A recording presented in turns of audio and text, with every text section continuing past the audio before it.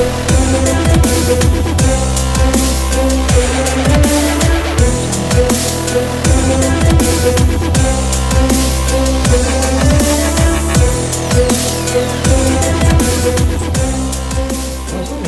à l'émission Les Rendez-vous économiques. Nous sommes aujourd'hui au Média Campus de Nantes et l'émission est tournée sur le thème de publication sur les médias. Quelle est la valeur ajoutée? Et aujourd'hui, je reçois Dimitri Ajon. Bonjour Dimitri. Bonjour Philippe.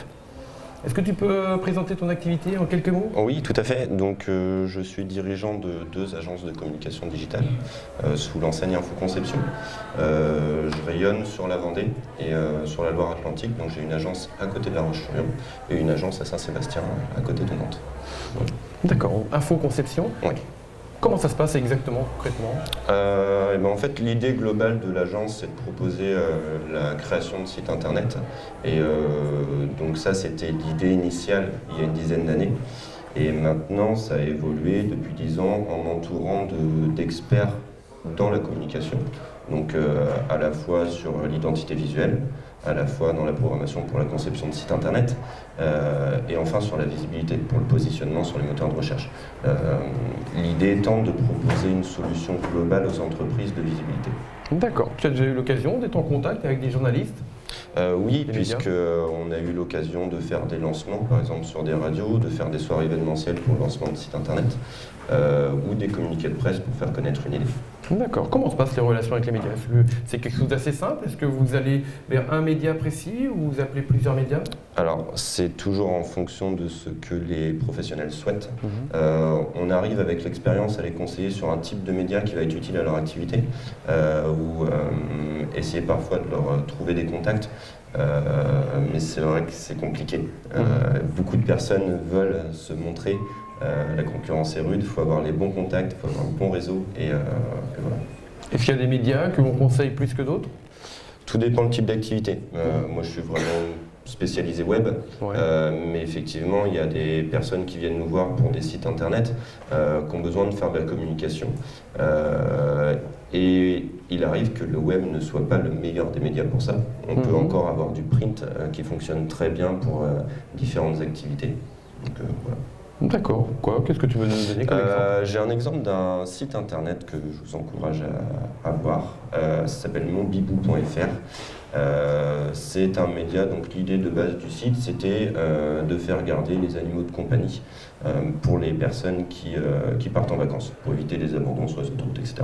Donc l'idée est super. Le site est gratuit et le site est sur internet, mais le média qui fonctionne le mieux, pour le coup, c'est les flyers chez les vétérinaires, par exemple. Ah, d'accord. C'est un système qui va bien marcher. Donc, on a tous besoin de communication. Le choix du média est important. Le choix du média est important. La conception aussi du communiqué de presse, est-ce que c'est quelque chose que vous pouvez faire? Alors, moi, personnellement, non. Des D'accord. personnes dans mon agence, oui, vont le faire. Donc, je ne suis pas la meilleure personne pour en parler, mais effectivement, c'est quelque chose d'assez long à mettre en place. De mon point de vue, il y a peu de retours. C'est compliqué parce que c'est noyé dans la masse, les communiqués de presse. On en envoie beaucoup et les journalistes sont beaucoup sollicités.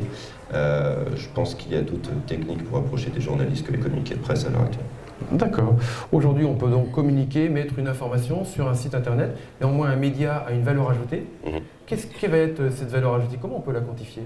Sur un site internet? Oui. Valeur ajoutée d'un média par rapport à un site internet. Encore une fois, ça dépend vraiment de l'activité. Il faut avoir un site internet quand on communique, c'est un prérequis. Si on ne l'a pas, on manque de crédibilité. Le média à côté va être annexe et va renforcer l'image de marque d'une société. Ça va renforcer sa notoriété? Exactement. Donc ça peut être, voilà, je sais pas, on vend des cuisines, un gros encart de pub en bord de route. On lance un nouveau concept, des communiqués de presse ou des infos.